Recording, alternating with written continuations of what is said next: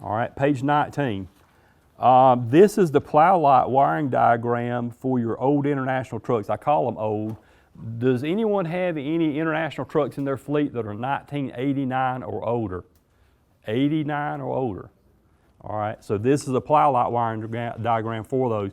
That was prior to the multiplex wiring, and we did have to cut and splice wires in there. We put a terminal strip, a terminal block on the outside of the firewall, stainless steel terminal block. I know it's a pain in the butt. We didn't like to do it either, but that's just the way it was done back in those days. Done a whole lot better now, and we'll talk about that a little bit later on.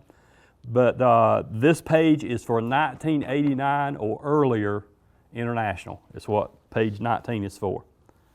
Okay, and next page is for a GMC. How long has it been since they built a 2-ton GMC truck? It's probably been 8 years or so now, but I'm sure you probably still got some in your fleet. So that's the wiring diagram for the plow lights for your General Motors trucks that they were building a few years ago and stopped building. So that'll take care of that one. That was your older GMC trucks. Now, page 21, that is the new Internationals. And I've got a story for that, but I can't tell the story because there's some guilty parties that are in the room. So not necessarily guilty parties, I'm just making fun is all I'm doing, but there has been some changes in the wiring over time on the multiplex wiring, and I'll bring these harnesses and stuff up to where you guys can see them. Man, standing up here in one spot sure does mess up your back. But anyway, what has happened over time is that International was one of the first ones that came out with multiplex wiring on trucks. This was around 2001, 2002, something like that. What happened is we got some trucks in, and this is the one with what we call the curved windshield. The earlier one is what I call a flat windshield. If somebody don't know the year model of their truck on International, that's what I ask them. Does it have a flat windshield or a curved windshield? Flat windshield is the old style. The curved windshield is the new style. Curved windshield is the multiplex truck. Flat windshield is not. That's the way I keep up with it. If you don't happen to know your model of your truck, that's a simple way of doing it. So something to keep in mind. But anyway, what happened was International was one of the first ones in the truck industry to go to multiplex wiring. And we got some trucks in, and everything was going great. We got to a point we needed to put the plow lights on, and we realized there was some wiring changes that have happened. We didn't realize to what extent. It was multiplex wiring, and at that point we realized, hey, can't do anything with this. We started calling around, doing some research on it, and found out that these trucks needed an option code from the factory to have it pre-wired for plow lights. So there would be a switch in the dash and a module on the chassis to be able to plug the plow lights into. There was a mistake made. You know, it was an honest mistake. Nobody didn't do it on purpose, but it was an honest mistake that somebody made by not ordering this option package on the truck. And honestly, if I get Alzheimer's and I forget my wife's name, I'll never forget this option code. Because I got two stories behind this. The option code is 08THJ, number 0, number 8, Tom, Henry, John, 08THJ. I'll never forget that option code. But what happened is the dealership should have ordered that option code on the chassis, and honest mistake, didn't order it, and now when the truck comes in, I can't install plow lights and get them wiring like they're supposed to. And make them work right. I can't butcher the wires anymore because it's multiplex and you can't do that anymore. You can't even stab a wire with a test light anymore. You guys know what I'm talking about. So, what do? So it got to a point, said, okay, here's what we need to do. We're going to mount the lights on the truck. We're going to run the harness just like we normally would, but we're going to stop.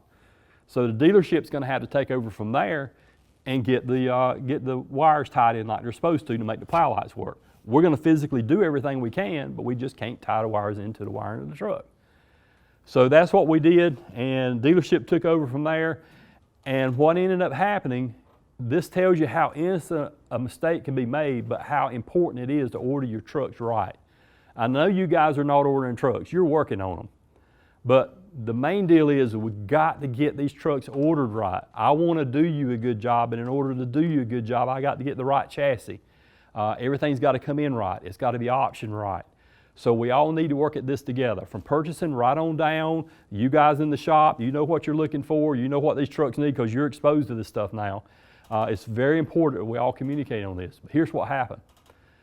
If the dealer had ordered the correct option from the factory to start with, it would have been a $45 list price option. That's how much it would have cost per truck. Have any idea how much it was after the fact? $1,200 per truck. That little mistake by not ordering the Plow Lot option 08 THJ, where it would have cost $45 list price, it cost $1,200 after the fact per truck to get these things upfitted and done like they needed to be, because harnesses need to be changed, modules need to be installed. I don't even know what all took place. Well, let me give you another little story, because this was only like 3 or 4 trucks involved. Got another story. Same thing happened that same year. North Carolina DOT bought somewhere in the neighborhood of 200 plus trucks that year. Guess what? 200 trucks plus did not have this option on it, and I needed to put plow lights on it.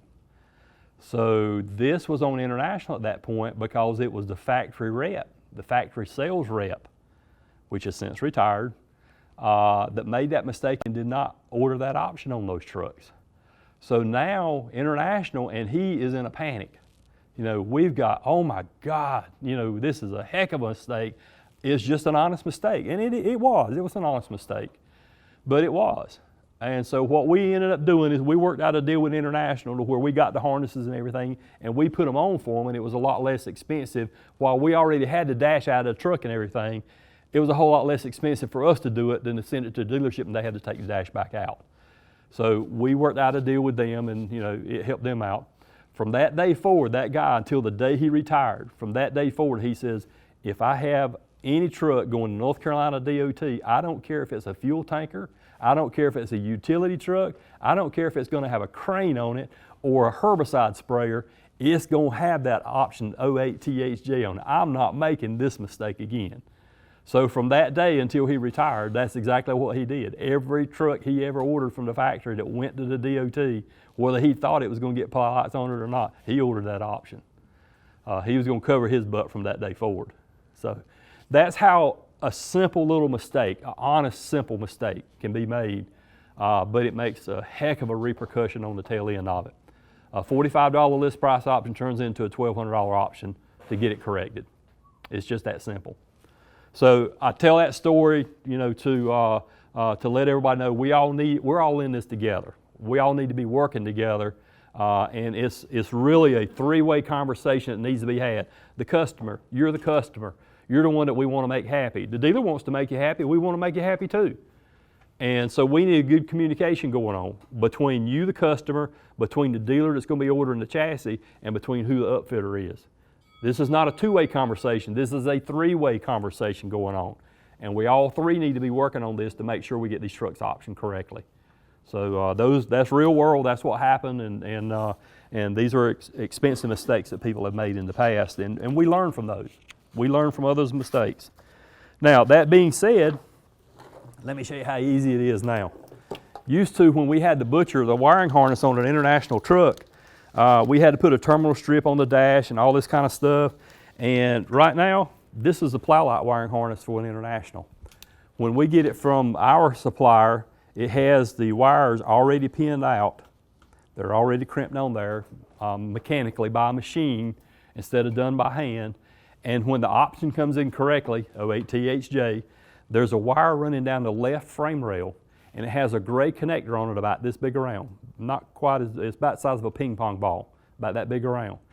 And we take the dummy plug out of it and take those seals out of the dummy plug, and we pin our pins here into the dummy plug and just literally just plug it into the truck, and then run these wires out to the plow lights, and boom, we're done. Used to, it would take me 2.5 to 3.5 hours to mount a set of plow lights doing it the old way. I can mount a set of plow lights in 45 minutes now, as long as it's got that option. So that tells you kind of where we're going, where we came from, where we're going, and this is as simple as the harness gets. Some of you guys that know color code's been around trucks for a while. The tail lights on the back end of the truck, You got yellow wires and you got green wires. Anybody have any idea what a yellow wire is on the tail end of a truck? Left side. Green is right side. We use the same color code. So this one goes over to the passenger side because we've got to cross the frame and we got to cross over the hood, the fiberglass hood and everything on the inside. So that's why this one is so long. This one obviously is a lot shorter because it goes down comes from the driver's frame rail up to the left-hand plow light. But that's how simple a harness is at this point. One of the things that we're doing also, back in the old days, we used to color code wires.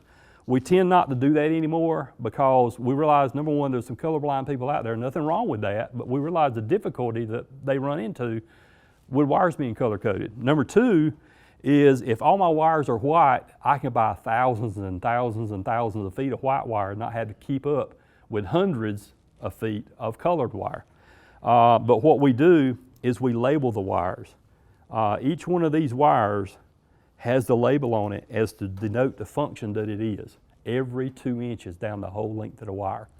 So if you're troubleshooting one of these things and trying to figure out what the problem is and where it's at, going from point A to point B, every 2 inches it's labeled. This particular one happened to be marker light. So every wire is labeled every 2 inches all the way down it. Now, we do that, number one, is because of the volume of wire. Number two is now you're actually looking at the function. You're chasing something down. What are you chasing down? You know, circuit 715 or circuit 872 or whatever. No, you're actually chasing marker light or high beam or low beam or whatever. So we actually label it in such a manner that'll make it easier for you to do. But that's how simple it is to add a set of plow lights to a truck now. If we order the truck right, that tells you how bad it can get if you don't order it right, but that tells you how good it is when it is ordered right. So your job just got easier. Now what happened here is when they ordered that truck right, and we pinned this thing out right, and we plugged it in here, what did that do for you? That created a good point for you to unplug and say, International on this side, Godwin on this side. Where's the problem at? Now you can troubleshoot it. You just unplugged it where we made it together. The union here between us and International to make the plow lights work, you unplug that and now you got two sides of the story here. So now you troubleshoot it that way, you can narrow it down real quick as to where the problem may be originating from. That's another added benefit of getting the truck ordered right. Yes, we do have LED options. I just didn't bring LED lights with me on this case because I already had these boxes pre-packed. Didn't even think about it. But yes, we do. Answer your question is we typically use truck light LED lights, and they do have heated lenses now. When they first came out with them, they did not. But they do have heated lenses in them now because a lot of people don't realize LED headlights don't build heat, don't generate heat, so the ice and snow don't melt off of them. So they had to come out with a heated lens version because in this harsh environment of you pushing snow, the snow would pack on the front of the headlight lens and wouldn't melt off like they do on a halogen or something like that. So they do have with heated lenses now, which is standard. It's pretty well standard. Everybody's pretty much gone that way now, whatever brand you use. But our standard one is a truck light. We do have some other ones available too if you want to inquire, but we do offer that as an option. All right. Now another thing too is our standard plow light here. Our standard plow light has a glass lens in it. Back a few years ago, it had a plastic lens, and it would fuzz up and everything just like the stuff that they sell on TV to clear up your headlights. But these are actually glass lenses now, so they went back to that just a few years ago. So it should not fog up on you. Another added advantage is it has a Packard weather pack connector. Now this part of it from truck light is color coded, but ours are actually labeled that made up to it. So this is a Packard weather pack. You should be able to get this from a local truck light distributor, TBC or whoever it may be that might carry these in stock. This is standard. This is a standard light right out of the book. The only difference is that this one is a standard light because it has a 3-foot lead coming out of it. The one that truck light does for us has a 6-inch lead coming out of it. We don't need all this wire. All we need is 6 inches. So our number might not necessarily be the exact same light that you get in when you get it, but it is going to be pinned the same and you're going to have too much wire. Too much wire will work, too little wire won't. So ours has a 6-inch lead on it. The one out of the catalog has a 3-foot lead on it. That's the difference between what we have and what they offer straight out of the catalog. All right, so there's a couple of side stories there about plow lights and what kind of a mess we can get into sometime. And honestly, they were just honest mistakes, but let's learn from those. All right, page 22 is the Mac. That's the wiring diagram for Mac. They're pretty much the same way. They have pre-wire and connectors running down the frame of the truck to be able to plug plow lights in on those as well. Page 23 is the same thing for a Freightliner. They all have pretty much gone with plow light prep packages on their chassis, because most all of them now have gone with multiplex wiring, and they have to do that.